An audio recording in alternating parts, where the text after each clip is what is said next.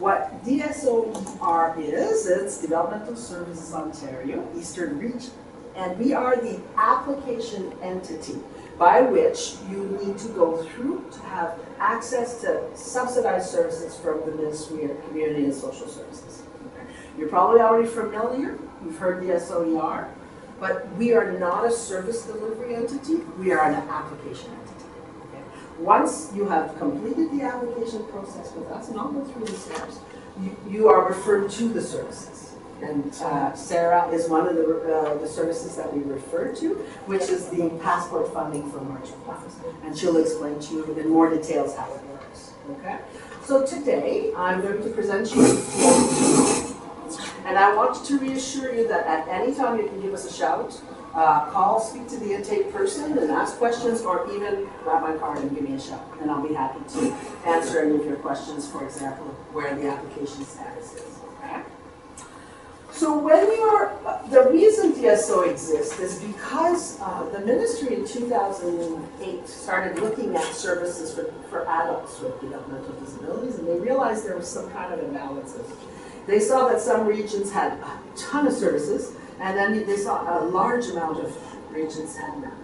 Okay, so they decided to create an entity by which everybody comes through. Everybody comes through the DSO who becomes an adult to have subsidized services. What I want to make a very clear distinction right now is that DSO, although we're all under the umbrella of MCSS, is not part of ODSP. Okay? And the reason why is that we've had clients wait to apply a DSO thinking that they needed to come through us to get the ODSP. And it's not a fact. Okay? We are two separate entities, and we even have two different mandates. So the mandate of the ODSP, and you've probably done the presentation, this is a pension, okay? And this is basically, once you have the pension, it stays, okay? So you don't want to miss out on that. When your young adult is 18, you want to have completed the process of the application for ODSP so that his pension can be paid, okay? That is what we call an entitlement service.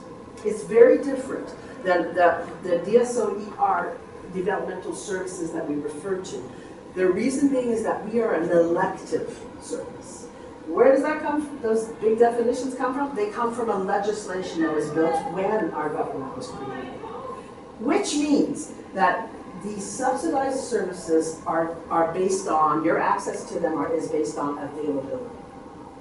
Whereas ODSP, you applied, you're eligible, you get it. We have to wait for the services to be available.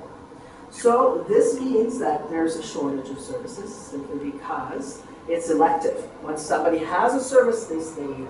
So I always tell families, be prepared to wait for our services. Okay?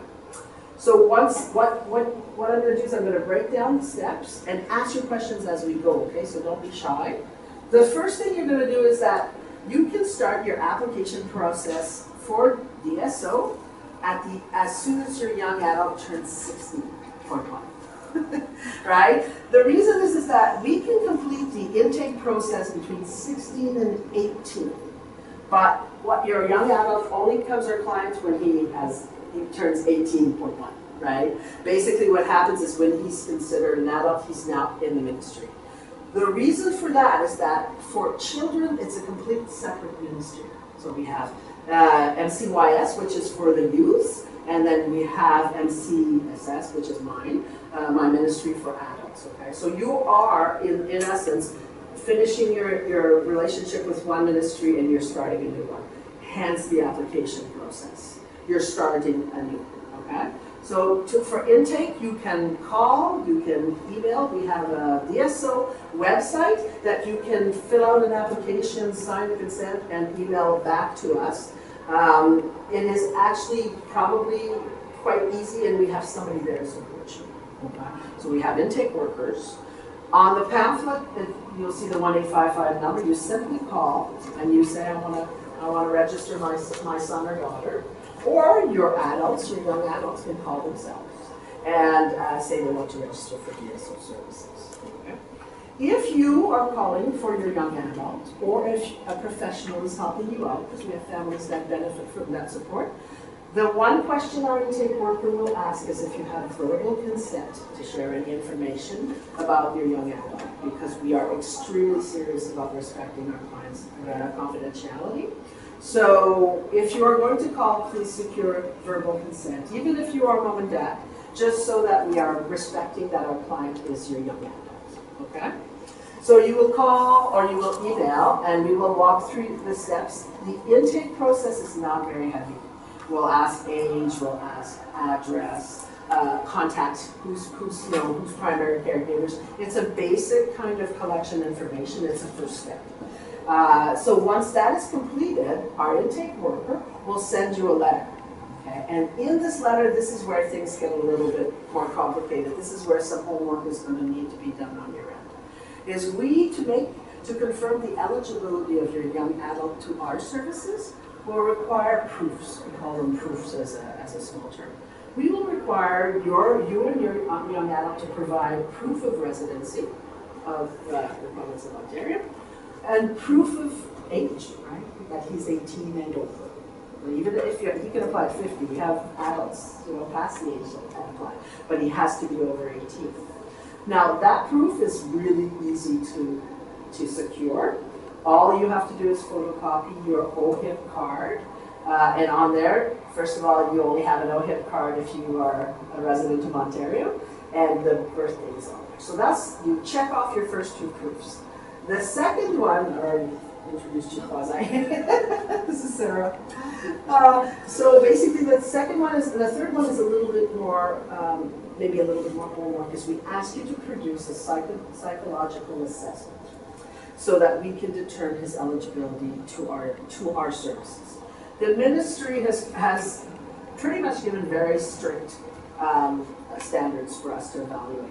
So, and they've said that it has to be a psychological report. So we can't accept a letter from your general physician. We can't accept a letter from a psychiatrist. The first thing that will happen is once we've received all those documents, you will also be asked to send in a big long slip, which is a consent for disclosure of information. And we ask that our client, which is your young adult, sign the form with witnessing, okay? This tells us that we're okay to communicate with you, we're okay to communicate with our psychologist. This gives us permission to take it further, okay? And if he does become eligible, it'll give us permission to refer to the services that you will have identified. If the determination of eligibility or not, it's a biggie, okay? And this is where we find that our adults with Asperger's syndrome may experience that cutoff, because we're looking at cognitive functioning, we're looking at adaptive functioning, and we're looking at age of onset. Don't want to stress you out. Send the information in, and we'll walk you through it. Okay. So I'm going to jump ahead and say, let's say that your young adult has been deemed eligible. What will happen is you will receive a letter confirming his eligibility to our services. Now, since maybe 6 or 7 months now, the ministry has decided that that letter is considered a direct in for ODSP. Okay? So if you start younger, especially if you're starting between 16 and 18, you can present this and they won't ask for you to provide all your doctor's information and all that, because it's considered a direct in. Because they say, if you are eligible for R and you've gone through all that eligibility and those criteria we ask, you are eligible for ODSP. And that's one of the good reasons to apply through DSOER, even knowing that you're going to wait for services, because that one letter will simplify your life when it's time to apply for ODSP. Okay? Next, what happens is there's a waiting time. I'm very happy because our waiting time has been reduced. So we used to be a couple of years because we were so overloaded with requests and we had a very small pool of staff. Now we're doing good. I would say that within a year you can expect an assessor to contact you. And an assessor is not a social worker, is not a caseworker. What they will be needing you to do is to fill out an application. They are quasi-bureaucrats.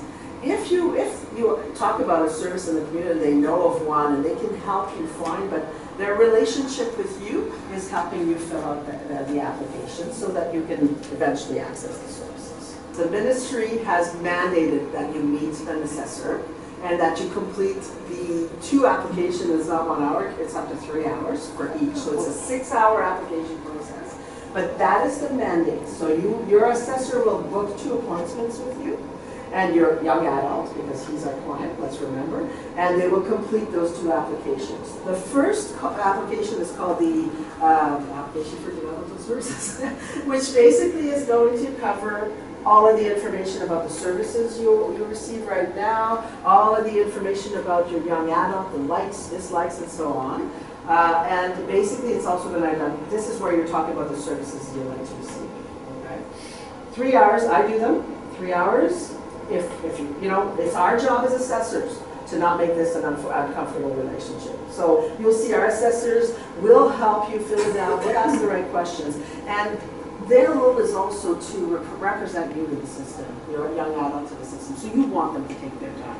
Because if we don't get good information, your services are not going to be good matched. And you'll see when we talk March of Dimes, the better the application process is filled out, the clearer the information it is for entities like March of Dimes, Passport, or let's say case management, it is for them to give you the support, the proper support. So it is, yes, 6 hours, but it is an important 6 hours, okay? You don't have to go to the office unless there's different circumstances. You can have your appointment at home if it's more convenient for you and your young adult. You can have it at the office. We have rooms that we can rent at 150 Montreal Road. We can have the appointments at, let's say your young adult is in the program.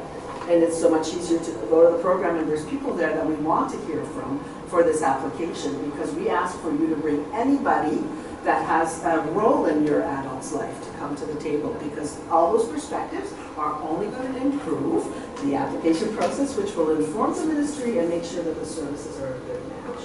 Okay? So when you speak to your assessor, you'll book those 2 appointments, and then you will meet with them to fill it out. First one is the ESS. We're finishing 10 minutes. Second one is the support index scale. Okay, this one's a little bit drier. But by then you know your assessor and you kind of have a relationship. So hopefully your assessor is going to make it fine. All right? But this is an important one because it's about evaluating the support level that should your young adult, under any circumstances, be out in the community, what would be the maximum of support that that person would need in order to be successful. And successful as anybody their age, 18 or 50, whatever support would be the maximum. So it is kind of a drier kind of appointment, but it's got its value. And it's got its value because over here, our matching and linking coordinator will use this to make sure that the supports in the environments that they're going to match them to are at the maximum for success. Okay? Those 2 applications come together and they make your young adult's support profile. And we have a lady that does the matching and linking. We have 1.5 eventually, but Ann is our matching and linking person. And her role is to receive vacancies from services in the community and pull out profiles and match them. So the past errors of placing 18-year-olds in retirement homes because that was the only place available does not happen anymore, okay? We match services to the person, and that's why filling out the application and taking the time is important, because we do not want mismatches. We do not want adults that are unhappy because they have been placed in a situation where they cannot thrive. So this is all linked, this package, you fill it out, and then your assessor is going to write a summary that kind of brings the information together, and then they're going to send out the referrals to the services. Okay? It's their role to refer, because you've given the information of what you want, they will refer to the services. When you receive that package by the mail, because we print them out and send it to you by the mail, you will know that the services that you will have identified will have been referred to. Subsidized services through our ministry look like this, okay? So residentially, you can apply for a subsidized residence, and it can be a group home, it could be a host family home, or it could be supported independent living. Okay? That's what we would be referring to. We have something called a priority list, which will establish where the person sits on the wait list, but that's one of the services you can ask for. The one that is very linked to March of Dimes is community participation. I think that this is an area you don't want to neglect, because this is probably where you would have the quicker access to services. And you can ask for supported employment, you can ask for a recreational program, academics, life skills. The one thing that we no longer ask for is sheltered workshops, okay? Because that has stopped. The ministry has said no more sheltered workshops because our young adults were not being paid in an equitable fashion, and it was against their rights. So our ministry has said no more of those. If we already have our adults that are receiving that support, we're not stopping it. There's no reason to. But what they're doing is when there's an opening in any of the workshops, they don't fill it. So it's going to close by basically services ending. So you could ask for supported employment, supported volunteering, recreation, academics, self-help skills, any of those things, and you have two sources of fundings that you can pick from. Okay? You've got the funding that you're going to wait a long time. I'm giving you a hint. You're going to wait a long time if you go through, choose the funding source through ministry-funded agency. The reason being that be it that it's a day program or supported employment program, once adults get those services, they don't leave them. Okay, so the openings take a long time to happen. Or you can choose the direct funding, and that's where you would be going through the March of Dimes passport funding. And I'll let Sarah explain that a little bit, and I'll come to it at the end of mine. So that's for community participation. We have something called person-centered planning. That's kind of a group that comes together and does a little planning for a year to kind of help the adults and their families make sure they have supports to be successful. You can apply for that. The other thing is you can apply for respite, and that is again a choice that you can go through a ministry-funded agency that you ask for respite, or you can go through passport funding, which we call the direct funding source. Okay, and the last thing is specialized services. In our area, there's 3 kinds of specialized services you can ask for. Case management, which is a person that helps you find services in the community. That's through service coordination. The second one is behavior management, and that's if a young adult has needs of support in order to manage either anxiety or self-regulation or behaviors. We can refer to those services, and we have right now 2 or 3 different levels of that service. And the last one is dual diagnosis. This is for our young adults that have mental health issues in combination with their developmental disability. So your assessor, after completing your package, will refer to the entities that I talked about. After that, it's a waiting, because I think right now, and I'm kind of speaking for other agencies, so I'm always careful not to speak for them, but I think that it could be for case management, behavior management, a wait around 6 months. It could be longer because there's, So just that's what you can expect, okay? When it comes for any of the other, like residential, community participation, I'll leave with Sarah, but residential, we have very long waits because we have a shortage of services. So be prepared, and your ODSP is, upridge while you wait to receive those services. So passport funding is funding from the Ministry of Community and Social Services. It is their program. That is where the funding comes from. It's a provincial program, and March of Dimes Canada, what they call us, is the administrative agency for East Region. So it's kind of divided. The province is divided, and everybody has a local contact point. So we don't do it for the whole province. We do it specifically for East Region, Ottawa, and the surrounding areas. But the funding does not come from us. The decision-making is not with us. So basically what happens is you complete your assessment process with DSO. As Anne said, it will be referred to or sent over. Your completed application package is sent over to March of Dimes Canada, and we add it and maintain it on the passport program waitlist so that it can be considered for funding as we have it available from the Ministry of Community and Social Services. So in your assessment process, it's not actually a passport that you're looking for. So passport is made up of respite and community participation funds. So those are the 2 supports that you'll request on the assessment. An individual is eligible for respite if they live at home with a primary caregiver, or if they happen to be independently with no residential supports and the primary caregiver still provides consistent support, you'll still be eligible for respite as well. And basically, so it's that piece. The community participation piece is everything else. It's day programs, daily living, just going to the movies, going bowling, a social club, hobbies, taking a cooking class, an arts class, joining a sports team, bus passes, memberships. It's flexible. It's flexible funding designed for you to kind of use it how you need it. So that's where it comes into. If you're looking for a day program, you have that option. You can wait and find when spaces come available. You can ask for direct funding and choose the program, and you pay for it with passport funding. So that's kind of how it works. It's a reimbursement program, so you would issue or send to us receipts, registration, support hours, and we would issue you a reimbursement in that amount up until you reach your allocation. And your allocation is based on the information in your assessment. So it runs on a fiscal year, April to the following March, and then every April it renews. So you don't reapply. If at any point you wanted an increase in your funding, as we said, you would go back to DSO if you need a new assessment or make updates to the assessment, and then that piece can go back on the wait list so that you can be considered for future enhancement to your funding, but otherwise it is renewed.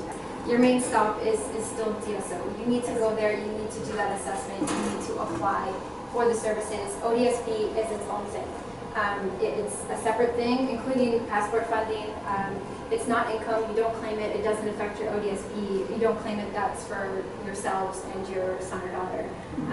So everything is outside of ODSP, you're going to DSO. So that's that piece. After that, it does get confusing because of all the different service providers and all the different options you have. And there are wait lists, and that's just part of the world, and they're trying to improve on that, as Anne said, as we get information and they understand more what's out there and what's needed. That's what we're working on. So, for example, with Passport Program, we're following through with a 2014 waitlist initiative, coming from that realization that the passport waitlist was getting out of hand, essentially, and so their goal was to eradicate the waitlist as it stood in 2014. So anybody who had their assessment prior to the end of 2014 is part of that initiative. Money has been released in waves since 2014 with that goal in mind, and we are in the final phase of that right now. So it's been very positive over the last couple of years that there has been continuous investments to the program, again, for this kind of flex funding. So once you get it, it's there. You get that renewal every year. It's directly based on your assessment. Again, that's why it's so important that it accurately reflects the individual, the support needs, what they need, what their goals are. And so everything is based on an assessment. And once you get that approval, you will have it renewed every year, unless your situation and circumstances change, and then we kind of go back for the same. And I think some of the changes, I mean, they're not foolproof yet. DSO has only been since 2012, 2011. Passport, or sorry, 2010, 2011. Passport the same. Passport used to be SSAH for adults, and it did transition through, but then you'd be stuck in a situation where you're still getting the peanuts for your son or daughter who now has these increased support needs. They are not in school, they don't have that day support, they need constant care, they need that accurate reflection of what their needs are and what their goals are as they're now going through life beyond child and youth. So those are part of that goals, and it's not perfect. And as far as government programming goes, 6 years is not a super long time. They've needed that time to get the information back, and we see that in Passport. And before 2014, we didn't have funding coming very often to the program in those first couple of years. So it is working. It's not working fast, but it's working. People are getting hopefully a more accurate amount that's going to help them purchase the services they need.